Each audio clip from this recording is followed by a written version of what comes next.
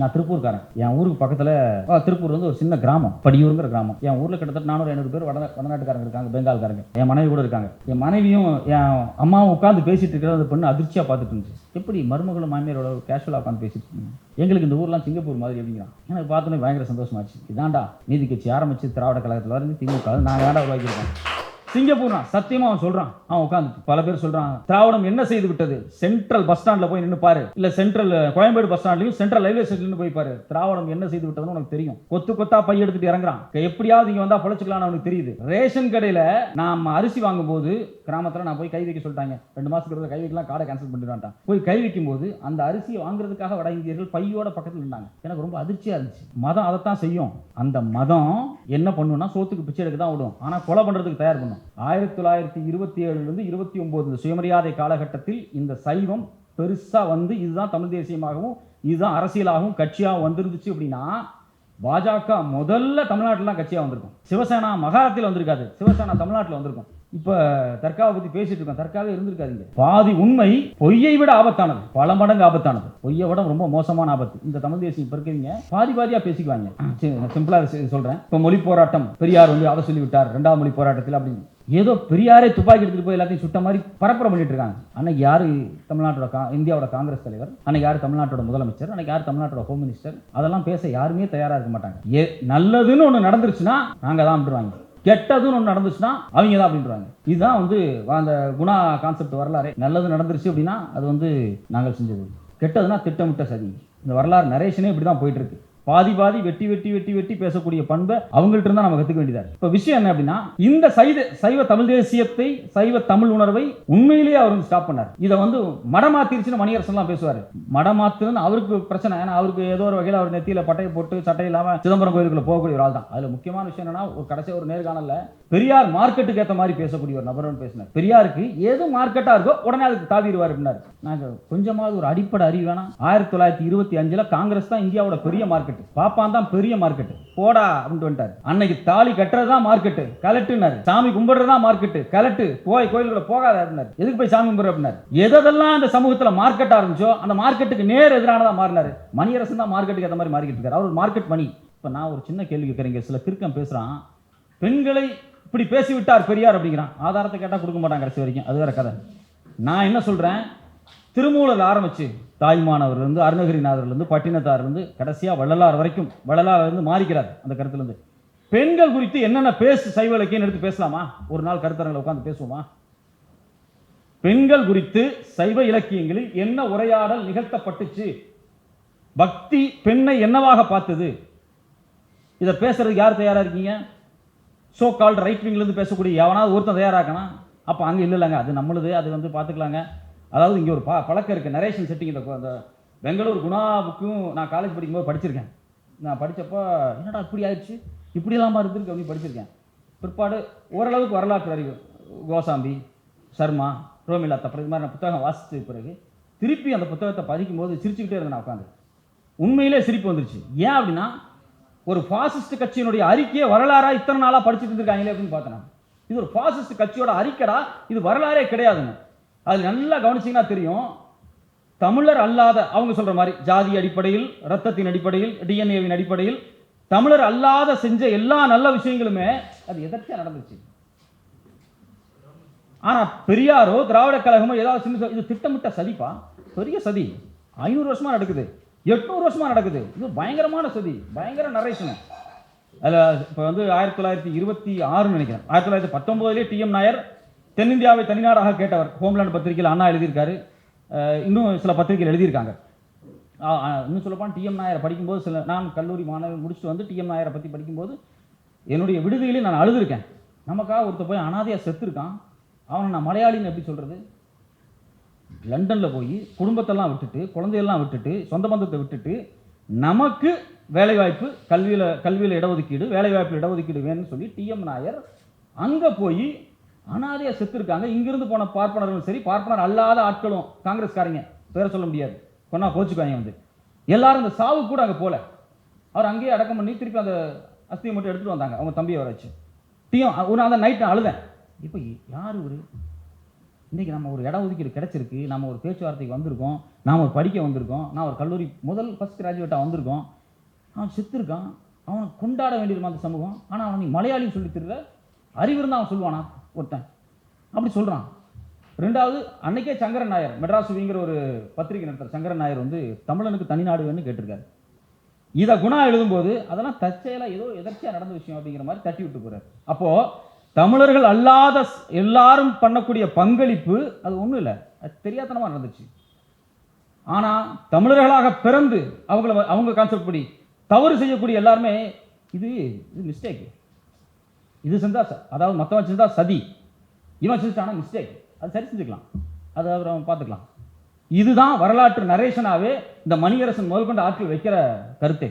மணியரசனோட எல்லா நரேஷனுக்கும் ஒரே புள்ளி தான், அது தமிழை அவங்கள பொறுத்த வரைக்கும் தமிழை செஞ்சிருந்தான்னா அது மிஸ்டேக்கு, தமிழர் அல்லாத செஞ்சிருந்தான்னா திட்டமிட்ட சதி, 500 ஆண்டு சதி, 1000 ஆண்டு சதி. யாரா நீங்கள் எப்படி ரொம்ப அசிங்கமாக தான் வருது. நீங்கள் என்ன வரலாறு சொல்லி கொடுத்துட்டு போகிறீங்க? இப்படி தான் அவங்க என்ன பண்ணாங்க அப்படின்னா, கரெக்டாக பெரியாரும் சுயமரியாதை இயக்கத்தை ஆரம்பித்து சுயமரியாதை இயக்கத்தை நடத்திட்டு போயிட்டு இருக்க காலகட்டத்தில் இவங்க வந்து அவர் வைணவ இலக்கியத்தை கிரிட்டிசைஸ் பண்ணி சைவ இலக்கியத்துக்கு வந்த உடனே பெரியாரை வைணவர், அதனால சைவரை திட்டாருட்டாங்க. இதை எழுதுனது மிகப்பெரிய ஆள், மறைமலையிலே எழுதியிருக்காரு.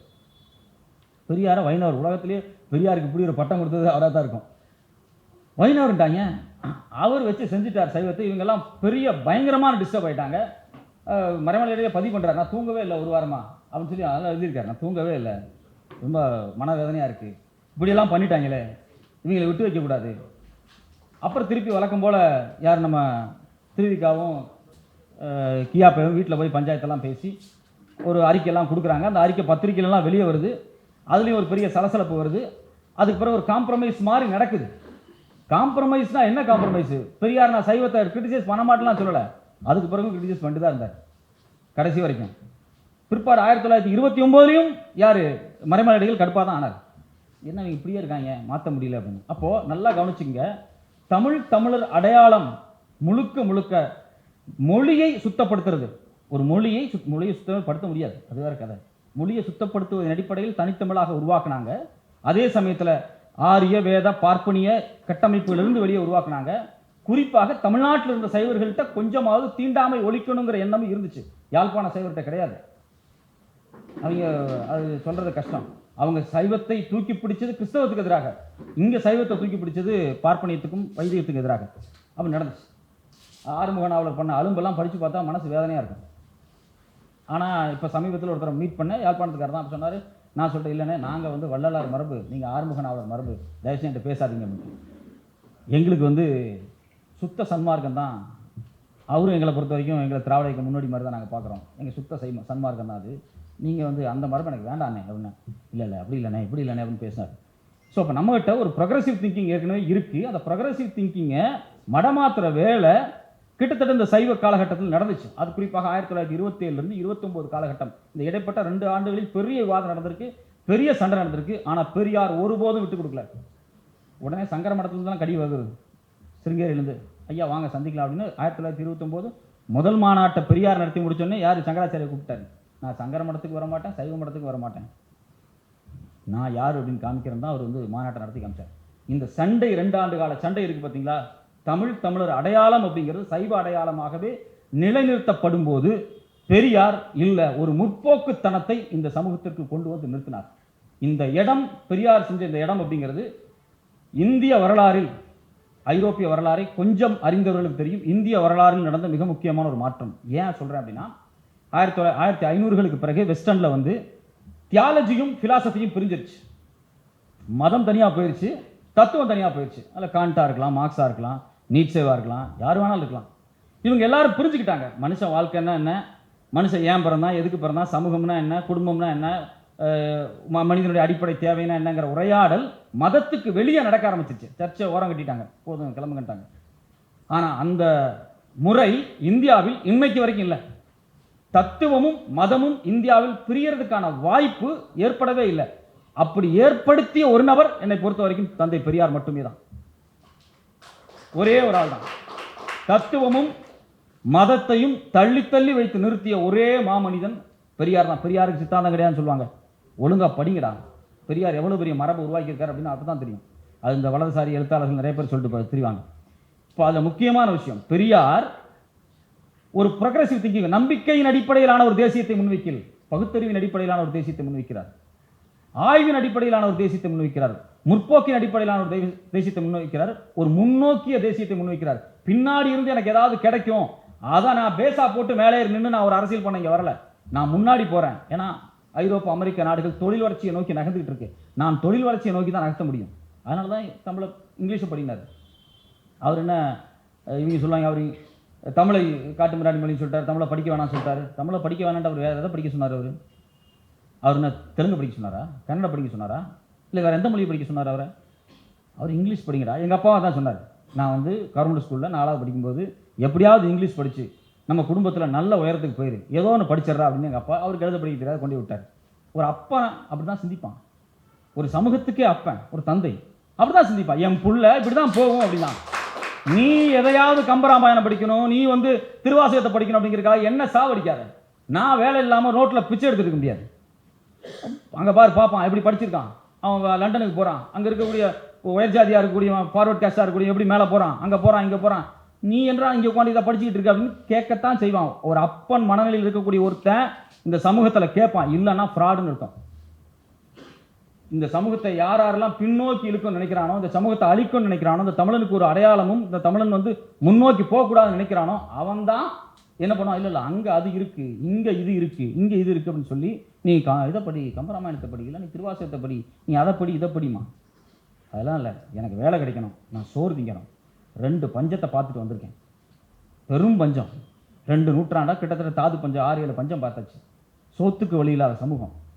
1900 போன நூற்றாண்டே அப்படி தான் இருந்திருக்கு, ஆரம்ப கட்டத்தில் அப்படி தான் இருந்திருக்கு. அப்போ ஒரு அப்பா என்ன யோசிப்பான், என் பிள்ளை படித்தா போது, வேலை கிடைச்சா போது, எங்கேயா போய் பொழைச்சிக்கிட்டோம், நல்லா இருக்கட்டும், அப்படி தானே யோசிப்பான். அந்த அப்பன் ஸ்தானத்துலேருந்து தான் இங்கிலீஷை படிக்க வச்சான். இன்னைக்கு அதை செய்யாமல் விட்டுருந்தாங்கன்னா பையெல்லாம் எடுத்துட்டு நாம் மகாராஷ்டிராவுக்கும் இல்லை பீகாருக்கும் எங்கேயாவது மாநிலத்தில் அவங்க இங்கிலீஷ் படிச்சிருப்பாங்க, அங்கே போய் வேலை பார்த்துட்ருக்கோம். நான் திருப்பூர்காரன், என் ஊருக்கு பக்கத்தில் திருப்பூர் வந்து ஒரு சின்ன கிராமம், படியூருங்கிற கிராமம். என் ஊரில் கிட்டத்தட்ட 400-500 பேர் வடநாட்டுக்காரங்க இருக்காங்க, பெங்கால்காரங்க. என் மனைவி கூட இருக்காங்க. என் மனைவியும் என் அம்மாவும் உட்காந்து பேசிகிட்டு இருக்கிற அந்த பொண்ணு அதிர்ச்சியாக பார்த்துட்டு இருந்துச்சு. எப்படி மருமகளும் மாமியாரோட கேஷுவலாக உட்காந்து பேசிட்டு இருந்தீங்க, எங்களுக்கு இந்த ஊர்லாம் சிங்கப்பூர் மாதிரி அப்படிங்கிறான். எனக்கு பார்த்தோன்னே பயங்கர சந்தோஷமாச்சு. இதாண்டா நீதி கட்சி ஆரம்பித்து திராவிட கழகத்தில் வரைந்து திமுக நான் வேண்டாம் உருவாக்கியிருக்கேன். சிங்கப்பூர்னா சத்தியமாக அவன் சொல்கிறான். அவன் உட்காந்துட்டு போய் சென்ட்ரலில் போய், இங்கே இருக்க பல பேர் சொல்கிறான், திராவிடம் என்ன செய்து விட்டது, சென்ட்ரல் பஸ் ஸ்டாண்டில் போய் நின்று பாரு, இல்லை சென்ட்ரல் கோயம்பேடு பஸ் ஸ்டாண்ட்லையும் சென்ட்ரல் ரயில்வே ஸ்டேஷன்லேருந்து போய் பாரு, திராவிடம் என்ன செய்து விட்டதுன்னு உனக்கு தெரியும். கொத்து கொத்தா பை எடுத்துகிட்டு இறங்குறான், எப்படியாவது இங்கே வந்தால் பொழைச்சிக்கலான்னு அவனுக்கு தெரியுது. ரேஷன் கடையில் நாம் அரிசி வாங்கும்போது கிராமத்தில் நான் போய் கை வைக்க சொல்லிட்டாங்க, 2 மாதத்துக்கு கை வைக்கலாம், கார்டை கேன்சல் பண்ணிடுவான்ட்டான். போய் கை வைக்கும்போது அந்த அரிசியை வாங்குறதுக்காக வட இந்தியர்கள் பையோட பக்கத்தில் இருந்தாங்க. எனக்கு ரொம்ப அதிர்ச்சியாக இருந்துச்சு. மதம் அதைத்தான் செய்யும். அந்த மதம் என்ன பண்ணுன்னா சோத்துக்கு பிச்சை எடுக்க தான் விடும், ஆனால் கொலை பண்ணுறதுக்கு தயார் பண்ணும். 1927 29 இந்த சுயமரியாதை காலகட்டத்தில் இந்த சைவம் பெருசாக வந்து இதுதான் தமிழ் தேசியமாகவும் இதுதான் அரசியலாகவும் கட்சியாக வந்துருந்துச்சு. அப்படின்னா பாஜக முதல்ல தமிழ்நாட்டில் தான் கட்சியாக வந்திருக்கும். சிவசேனா மகாராஷ்டிரத்தில் வந்திருக்காது, சிவசேனா தமிழ்நாட்டில் வந்திருக்கும். இப்போ தர்காவை பற்றி பேசிட்டு இருக்கோம், தர்காவே இருந்திருக்காதுங்க. நான் கத்தியை தூக்கிட்டு வெறித்தனமாக ஓடி இருப்பான். சைவ மடம் என்ன, சங்கர மடம் என்ன, எல்லாம் கடைசியில் அங்கே தான் வந்து நிற்கும். எல்லாம் கடைசியில் எங்கே வந்து நிற்கும், பாப்பான் சமமாக பாப்பான்னு தான் வந்து நிற்கும். வேற எங்கே வந்து நிற்கும், அங்கே தான் வந்து நிற்கும். இன்றைக்கி அங்கே தான் வந்து நிற்குது. இதை எப்படி பெருசு ஃபைண்ட் அவுட் பண்ணிச்சுன்னு தெரில, ரொம்ப ஷார்ப்பாக பிடிச்சிட்டார். இதெல்லாம் செட் ஆகாது, நீ படி.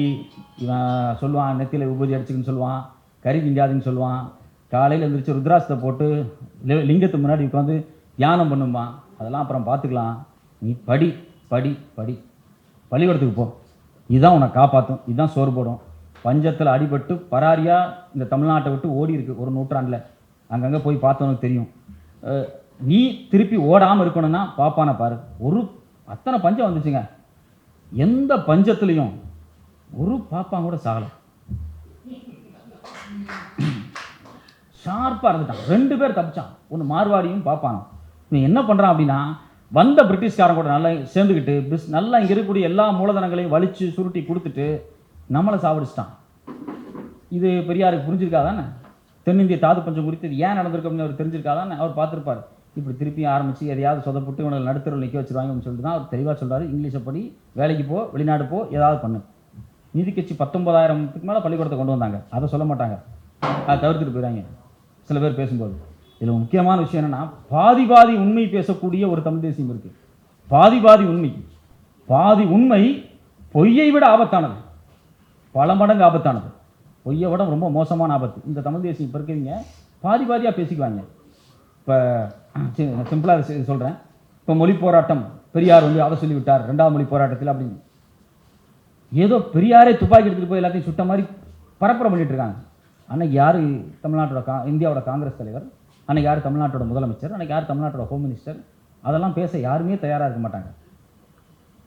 நல்லதுன்னு ஒன்று நடந்துருச்சுன்னா நாங்கள் தான் அப்படின்றாங்க, கெட்டதுன்னு ஒன்று நடந்துச்சுன்னா அவங்க தான் அப்படின்றாங்க.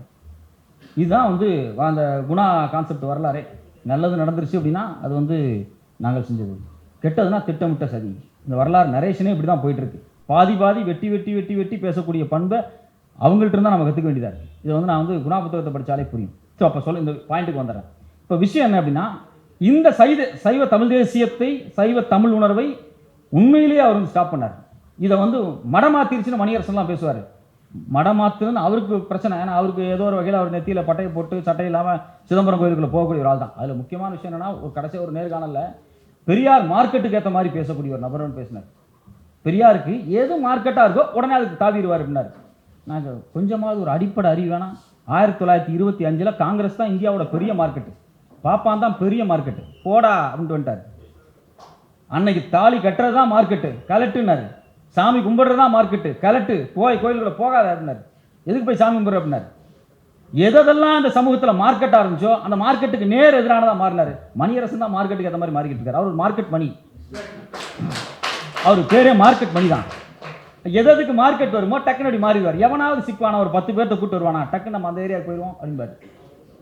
பெரியார் எல்லாத்துக்கும் இந்தியாவே சுதந்திரத்தை கொண்டாடிட்டு இருக்கு, கொண்டாடாத அப்படிங்கிறாரு. எப்படி பார்த்துருப்பாங்க? ஏன் பெருசு இப்படி சொல்லுது? எல்லாரும் கொண்டாடிட்டு இருக்கான், பட்டாசுலாம் அடிக்கிறான் சில பேர், இதுதான் தேசபக்திங்கிறான், அதை கொண்டாடாத, அது நமக்கு ஆபத்து அப்படிங்கிறாரு. எதெல்லாம் அந்த சமூகத்தில் விலை போனதோ அந்த விலை போன எல்லா கருத்தும் தவறான கருத்துக்களாக இருந்ததுனால விலை போன கருத்தை எதையுமே அவர் எடுத்துக்கல. ஆனால் அவரை வந்து அவர் வந்து மார்க்கெட்டுக்கு ஏற்ற மாதிரி பேசினார் அப்படின்னு சொல்றது உலகத்திலேயே ஒரு கொச்சையான வசனம். இதுதான் அவங்களுடைய லட்சணம். ஸோ அப்போ இங்கே தமிழ் தேசியம் அந்த காலகட்டத்தில் 29 இப்படி தான் சைவமாக எமர்ஜ் ஆகும்போது பெரியார் அது ஒரு ஸ்ட்ராங்கான முற்போக்கை நோக்கி நகர்த்துறார்.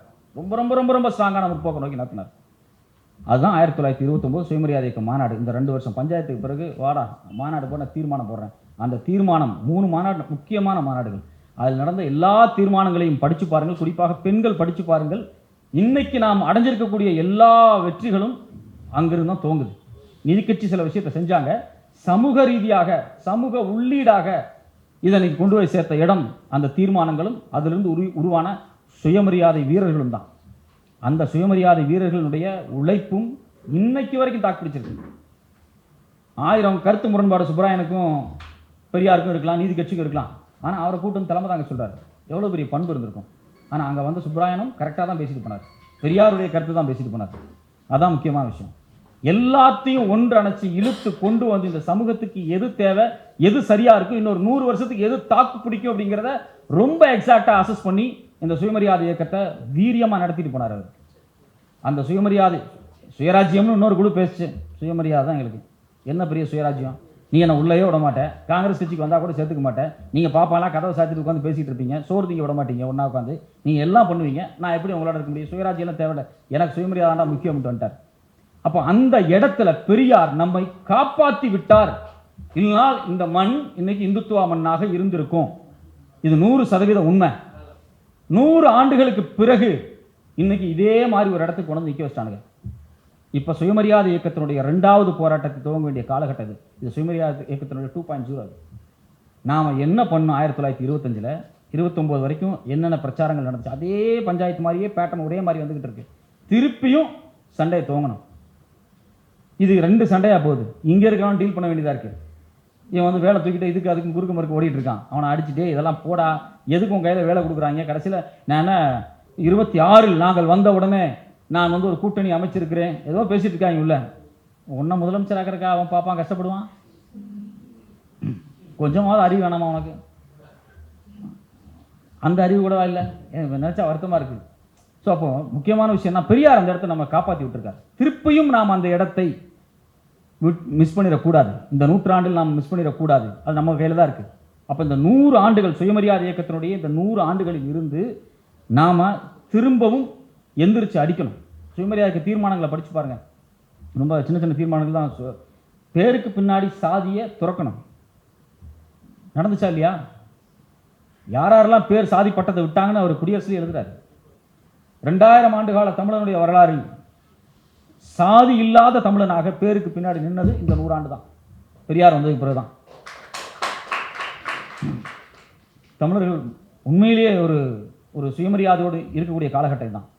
நாமெல்லாம் இந்துக்கள்னு சொல்றாங்கல்ல, அண்ணாமலை மாதிரி ஆட்கள், ராமானுஜரும் மத்வரும் ஆதிசங்கரரும் இந்த இந்துக்களை ஒன்றிணைக்க முடியாது, பேரிலிருந்து ஜாதியை நீக்கும் அவங்க நோக்கமே கிடையாது, நீக்க முடியாது. ஆனால் அதை நீக்கினது பெரியார் தான். நியாயப்படி பார்த்தா அவங்களுக்கு காஞ்சி பெரியவர்லாம் கிடையாது, இவர் தான் பெரியவராக இருந்திருக்கணும் நியாயப்படி. அதான் உண்மை. இந்து மதத்தை 2000 ஆண்டுகளில் இந்து சமூகத்தை, இந்து மதத்துக்கு தலைவர் வேணா காஞ்சி பெரியவராக இருந்துட்டு போனார், இந்து சமூகத்துக்கு தான் தான் தலைவராக இருப்பார். இந்த சமூகத்தை ஒன்றிணைக்கக்கூடிய பேட்டர்ன் இருக்குல்ல, அந்த ஒன்றிணைக்கக்கூடிய பேட்டர்ன் அவர் தான் செஞ்சார். இதனால தான் ஏதாவது வழி கிடைக்குமா, பெரியாரை ஏதாவது பண்ணலாமா அப்படின்னு பார்த்தாங்க, முடியல. இந்தியாவில் ஒரே ஒரு ஆளை மட்டும்தான் அவங்களால இன்னைக்கு வரைக்கும் பேக்கேஜுக்குள்ளே கொண்டு வர முடியாமல் இருக்குது. புத்தரை முதற்கொண்டு பேக்கேஜுக்குள்ளே கொண்டு வந்தாங்க, பெரியாரை மட்டும் கொண்டு வரவே முடியல. ஏன்னா ரொம்ப மோசமாக அடி வாங்குவாங்க இதை கொண்டு வந்தாங்க. ஸோ அப்போ பேர் இல்லாத சாதிய பேர் இல்லாத எவ்வளோ முக்கியமான ஒரு வார்த்தை சொல்லி சீக்கிரம் முடிச்சிடறேன். ஐஐடியில் கடந்த 10 வருஷத்தில் 13,000 ஸ்டூடெண்ட் வந்து படிக்க முடியலன்னு வெளியே வந்துட்டான். எல்லாம் ரிசர்வேஷனில் போனவன். 136 மாணவன் சூசைட் பண்ணி செத்துருக்கான். பெரும்பாலும் ஜாதி பிரச்சனை தான். உள்ளே போன உடனே சாதி, நீ என்ன சாதின்னு கேட்கணும். வட இந்தியாவில் எல்லாரும் சாதி தெரிஞ்சிடும், நம்ம ஊரில் சாதி தெரியாது. கட் ஆஃப் மார்க்கை பார்த்து நீ என்ன ஜாதின்னு கண்டுபிடிப்பான். அவன் ஒரு மேட்டர் வச்சுருக்கான். அங்கே ஏவிபி காரன் அப்படி தான் இருப்பான். பெரும்பாலான கல்வி நிறுவனங்களில் இன்னைக்கும் சாதி அவ்வளோ மோசமானதாக இருக்குது. நான் என்னோட கூட வேலை பார்த்த ப்ரொஃபஸர் 2 பேர் டெல்லியில் இருக்காங்க. அங்கெல்லாம் பார்த்தீங்கன்னா ஹெச்ஆர் டிபார்ட்மெண்ட்டில் நீங்கள் வந்து ஒரு அப்ளிகேஷன் வருது, ஒரு வாத்தியார் வேலைக்கு வருது அப்படின்னா முதல்ல வந்து பேருக்கு பின்னாடி என்ன ஜாதின்னு பார்ப்பாங்க. அதுக்கப்புறம் தான் அந்த அப்ளிகேஷன் செலெக்ஷன் ஸ்டார்ட் ஆகும் அப்படின்னாங்க. பெரும்பாலும் 90% அப்படி தான்.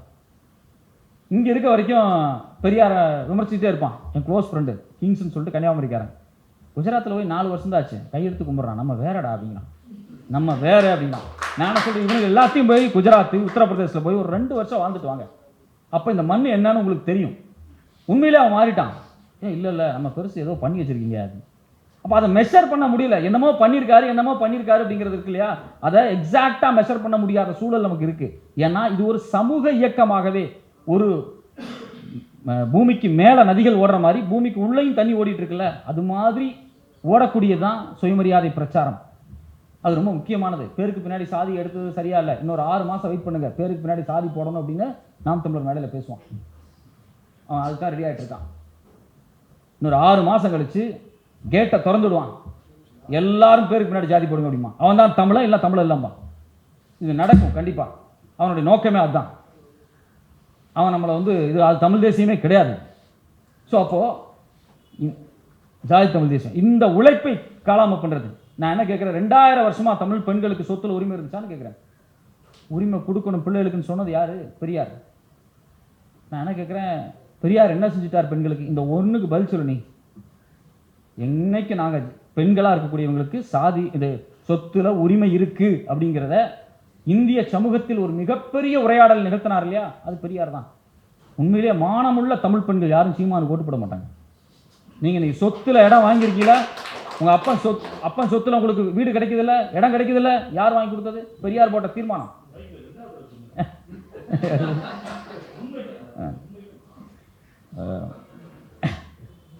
உண்மையிலே இன்னைக்கு மானமுள்ள தமிழ் பெண்கள் யாரும் சீமானுக்கு ஓட்டு போட மாட்டாங்க. இன்னைக்கு நீங்க அனுபவிக்கக்கூடிய சொத்து உரிமை அப்படிங்கிறது பெரியார் கொண்டு வந்த தீர்மானம். அந்த தீர்மானத்தின் அடிப்படையில் கலைஞர் காலத்தில் கொண்டு வந்தது.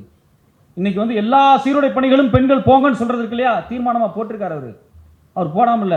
இந்த டிஸ்கஷனை 100 வருஷத்துக்கு முன்னாடி இந்திய சமூகத்தில் உரையாடலா மாற்றவே முடியாது. எனக்கே ஆச்சரியமா இருக்கு, இந்த ஆளை எப்படி பார்த்துருப்பானுங்க எல்லாம் அப்படின்னு. எப்படி என்ன டிஸ்கஷன் இது? 100 வருஷத்துக்கு முன்னாடி அவ்வளோ ஒரு மதவாத சிந்தனை இருந்த காலகட்டம். RSS அவனுக்கு 100 ஆண்டு தான், நமக்கு 100 ஆண்டு தான் அது. ஸோ அப்போ அந்த காலகட்டத்தில் இந்த சைவ தமிழ் தேசியத்தை வளர விடாமல் ஒரு முற்போக்கு பகுத்தறிவு தமிழ் தேசியத்தை நமக்குள் கொண்டு வந்து சேர்த்தவர் தந்தை பெரியார். அது இன்னைக்கு வரைக்கும் நமக்குள்ள இருக்கு. அதை இனிமேல் உடைக்கணும்னு முயற்சிகள் நடந்துகிட்டே இருக்கு. ஒருபோதும் விட்டுறக்கூடாது. இன்னும் ஒரு அழுத்தமான கருத்து என்ன அப்படின்னா, பெரியாரை விமர்சிக்கக்கூடிய எல்லாத்துக்கும் சாதி அப்படிங்கிறது மனசுக்குள்ள இருக்கும். இல்லைங்க, என்னதான் இருந்தாலும் பெரியார் அப்படின்னா ஐடென்டிஃபை பண்ணிங்க, அவனுக்கு ஏதோ ஜாதி பிரச்சனை இருக்கு அப்படின்னு. அது 100% உண்மை. பர்சனல் எக்ஸ்பீரியன்ஸ் சொல்கிறேன். இல்லை அது வந்து அப்படின்னால கிளம்பு, நீ எங்கே வருவேன்னு தெரியும், நீ அங்கே தான் வருவ, அதான் அவங்களுக்கு பிரச்சனையே. ஸோ அப்போது இந்த 100 ஆண்டு காலமாக இந்த நாம் அடைஞ்சக்கூடிய இடம் அப்படிங்கிறது, இப்போ நாம் என்ன நிலைமையில் இருக்கோம் அப்படிங்கிறது வேற. அன்னைக்கு அவர் திசை நம்மளை வந்து கரெக்டாக மாற்றி விட்டார். இல்லைனா எங்கேயாவது குளிக்கல போய் விழுந்திருப்போம், திருப்பி எந்திரிச்செல்லாம் வரவே முடியாது, ரொம்ப மோசமான நிலைமைக்கு போயிருப்போம். சங்கர மடம் தான் நமக்கு ஒரு பெரிய பிரச்சனை. சங்கர மடத்தை விட மடங்கு இன்னும் நிறைய மடங்கள் பிரச்சனையாக இருக்குது. செங்கோலை தூக்கிட்டு டெல்லியில் போய் நிற்கும், அது மொத்தமாக நம்மளை கைவிடும், அதெல்லாம் நடக்கும், அது அவருக்கு தெரியும். அதனால தான் அவர் வந்து எதையும் வந்து ரொம்ப ஷார்ப்பாக தான் செஞ்சுருக்காரு அவர். அதனால் இந்த இடம் நமக்கு ரொம்ப நெருடலான காலகட்டம். 2025 100 ஆண்டுகள் ஆயிடுச்சு. திரும்பியும் நம்மளை வந்து ஒரு ஒரு மதவாதத்தை நோக்கி நேரடியாகவே இழுக்கக்கூடிய ஒரு போக்கு, ஒரு சங்கர மடத்தினுடைய அஜெண்டா இங்கே தீவிரமாக வேலை செய்து, நமக்கு எந்த மடமும் நம்மளை வந்து தொற்றக்கூடாது, இந்த தமிழர்களை பாதுகாக்கணும் அப்படின்னா சுயமரியாதை இயக்கம் திரும்பவும் மீட்டெடுக்கப்படணும். இந்த சுயமரியாதைங்கிற சொல் திரும்பவும் தினம் தினம் உரையாடப்படணும். தினம் தினம் சுயமரியாதை பற்றி பேசிட்டு இருக்கணும். சாதாரண சொல் அல்ல, அது மிக வீரியமான ஒரு சொல், ரொம்ப ரொம்ப ரொம்ப ஒரு காத்திரமான ஒரு சொல். அந்த சொல்லினுடைய வடிவமும் வீச்சும் அதிகமாக தேவைப்படுகிறது. ஏன்னா பணம் தர மாட்டேங்கிறாங்க நிர்மலா சீதாராமன். இன்னைக்கு சுயமரியாதை அந்த இடத்துல பாதிக்கப்படுது. நம்மளுடைய தமிழ்நாட்டு கல்வி அமைச்சர் டெல்லிக்கு போயிட்டு வந்ததுக்கப்புறம் பணம் தர முடியாதுன்னு அவன் டெல்லியிலேருந்து சொல்கிறான். இதை விட நமக்கு சுயமரியாதை இருக்கு வேற என்ன இருக்கு? ஏன் பணம்டா, ஏன்ட்டு வாங்கிட்டு போயிட்டு நீ எனக்கு திருப்பி தர மாட்டேன், என் அமைச்சர் வர்றாரு, நீ திருப்பி அனுப்புற, நீ யார் முதல், நீ டெல்லியில் உட்காந்துட்டு? அப்போது என் சுயமரியாதை பாதிக்குதில்ல, எனக்கு கொடுக்க வேண்டிய காசு இல்லை, நீட்டு என்னை விடமாட்டேங்கிறீல்ல, நீ எல்லாம் ஒரு நாடு ஒரு தேர்தல் எல்லாம் ஒன்றா வச்சு நீ என்னுடைய சுயமரியாதை அப்படிங்கிறதுல அடிப்படை குணம் உரிமையை தாண்டி என்னுடைய மரியாதை போகுது. பார்லிமெண்ட்டில் எங்கள் எம்பியை நீ எவ்வளவு திமுறாவும் எவ்வளவு பாடி லெக்சரும் ஒரு கெஸ்டரை பார்த்தா பேசுகிற, நீ எங்கேருந்து வருது உங்களுக்கு அந்த பாடி ஒரு திமுரு? அப்போ எங்களை நீங்கள் இன்னும் என்ன நினச்சிருக்கீங்க? அப்போ அவங்களே நம்ம ஹேண்டில் பண்ண வேண்டியதாக இருக்குல்ல. இப்போ ரெட்டை குழல் துப்பாக்கி தான் சுயமரியாதை இயக்கம். இங்கேயும் அடிக்கணும், அங்கேயும் அடிக்கணும். அந்த இடத்துக்கு நாம் வந்திருக்கோம். அதனால் 1000 மடங்கு வீரியத்தோடு திரும்பவும் சுயமரியாதை இயக்க பிரச்சாரங்கள் இந்த மண்ணில் வேரூன்றி எந்திரிச்சு நிற்கணும். அப்படி நின்னாதான் தமிழர்களுடைய அரசியலும் தமிழர்களுடைய உரிமையும் தமிழருடைய வாழ்வும் சுயமரியாதையோடு இருக்கும், பாதுகாக்கப்படும். நன்றி.